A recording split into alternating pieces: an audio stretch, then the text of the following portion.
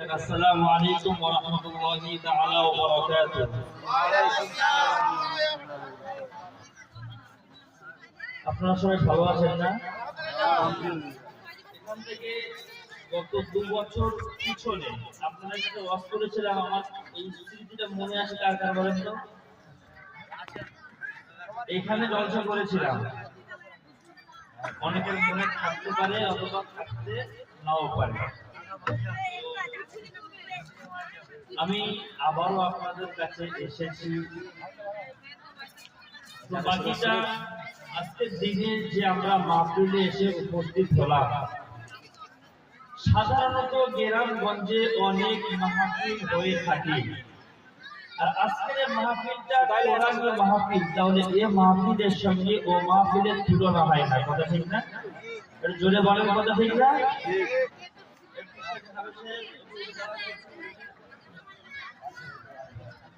এই যে আমির সাহেবটাকে আপনারা দেখতে পাচ্ছেন,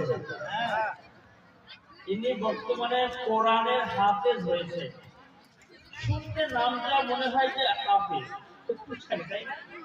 শুনতে মনে হয় হাফেজ মানে একটুখানি, কিন্তু এর পিছনে জীবনের একটা মূল্যবান টাইম দিয়ে সাধনা করে হাফেজ মতো জায়গায় পৌঁছাতে হয়। ঠিক না?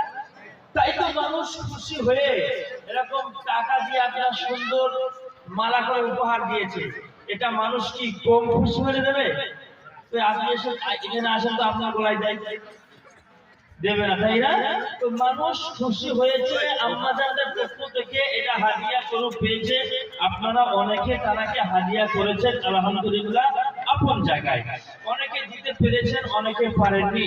সবাই একই কাতারে দাঁড়াবে যখন, কখন? যখন তারা ধৈর্য ধরে সময় দেবে দ্বীনি প্রতিষ্ঠানকে কেন্দ্র করে। আমার আল্লাহ বললেন সবাই সমান সওয়াবের অধিকারী হবে। বলুন সুবহানাল্লাহ, আরো জোরে বলুন সুবহানাল্লাহ। রাস্তাঘাটে যে সমস্ত আমার যুবক ভাইরা ঘোরাঘুরি করছে, পাশে দোকান, পাশে বাজারে ভিড়, তো আমি সবাইকে বলবো অনুগ্রহ করে এখানে এসে বসার জন্য। আর সকলের কাছে বলবো একটু নীরবতা বজায় রেখে, নিজে আওয়াজকে বন্ধ রেখে একটু সাইলেন্ট থাকার জন্য আমি অনুরোধ করছি। إن الحمد لله نحمده ونستعينه ونستغفره ونعوذ بالله من شرور أنفسنا ومن سيئات أعمالنا.